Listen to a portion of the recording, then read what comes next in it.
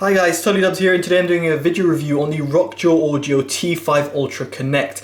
Now these are Bluetooth in-ears which come in at around £75. They can be found a little bit cheaper actually at the time of making this video.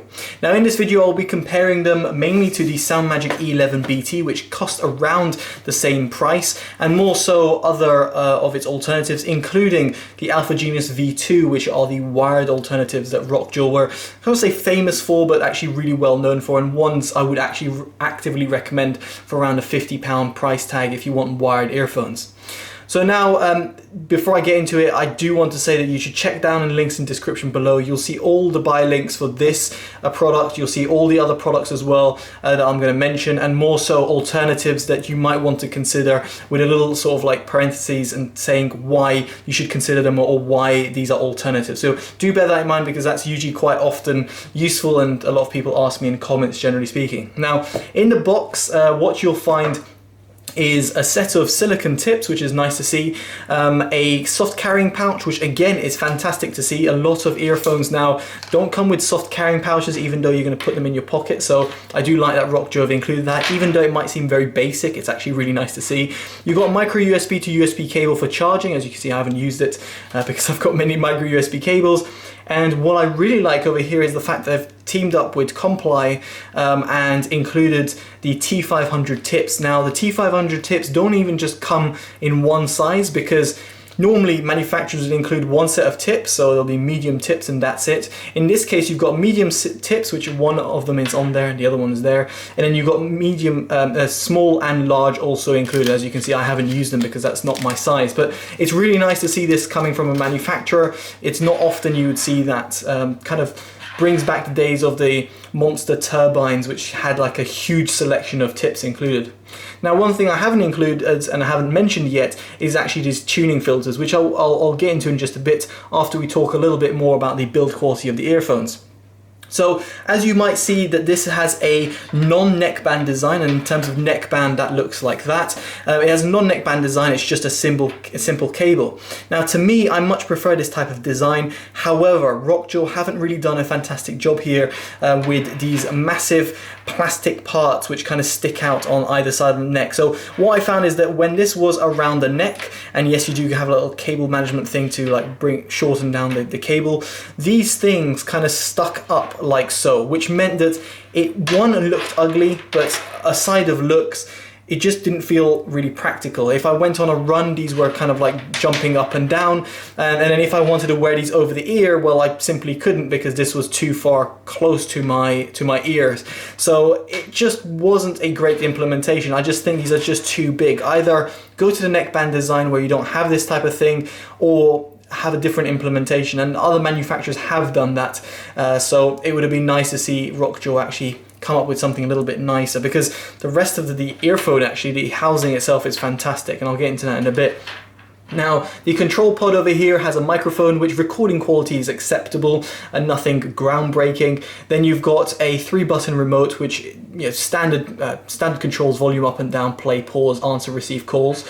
Then you've got a micro USB input. Now the micro USB input actually has a really nice sort of rubbery part which comes out. I know this seems really trivial, but the SoundMagics had them very bad and very flimsy. This seems a lot more sturdy. Seems it's going to really last some time.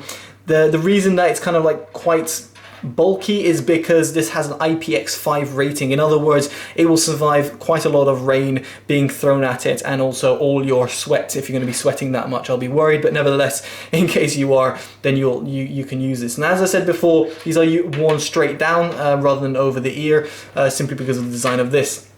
Now going from that to the housing itself. Now the housing is exceptionally well built.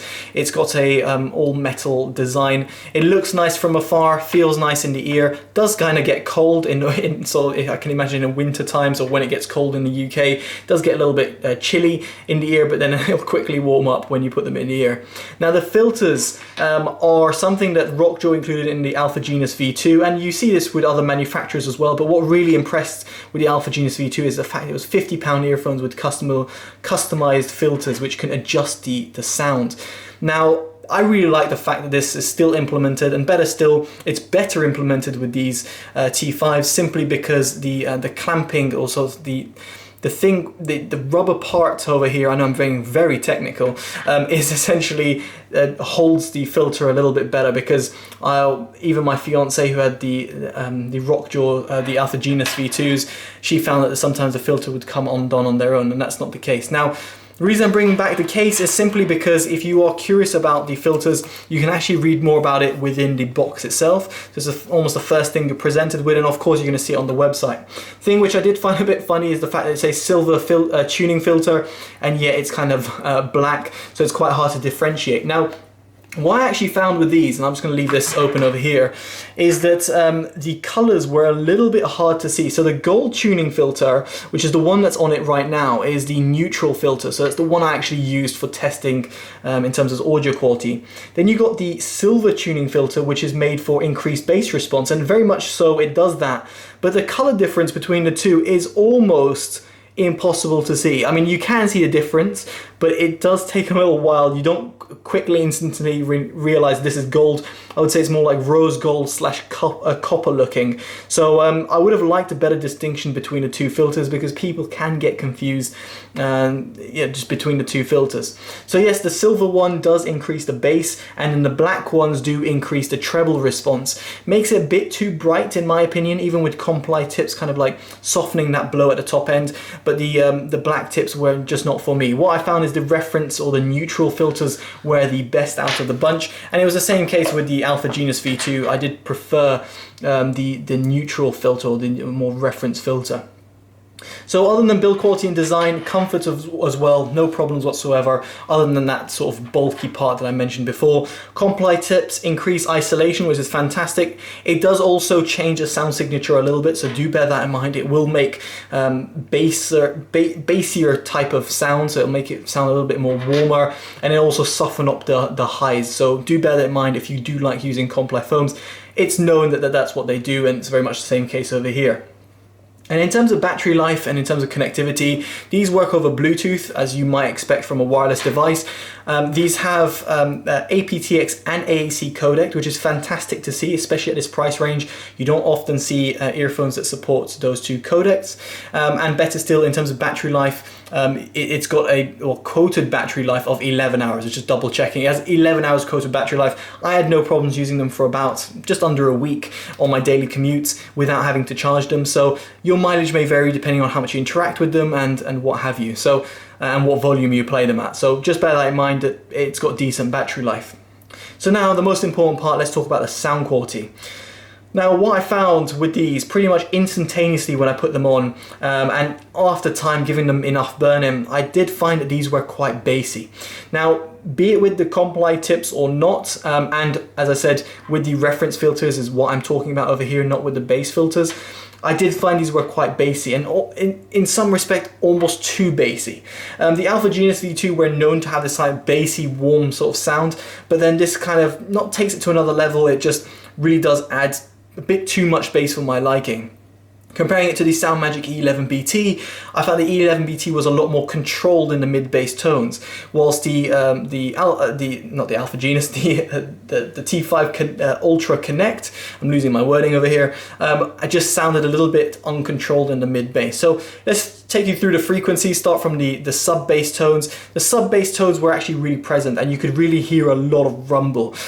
In some respects, you actually kind of appreciated bass a lot more with these, because the actual sub-bass extension is there, whereas a lot of earphones within its price range don't have that sub-bass rumble and that deep pronounced rumble that some people actually crave, especially like if you're listening to EDM music or R&B music, you're gonna really want that sub-bass.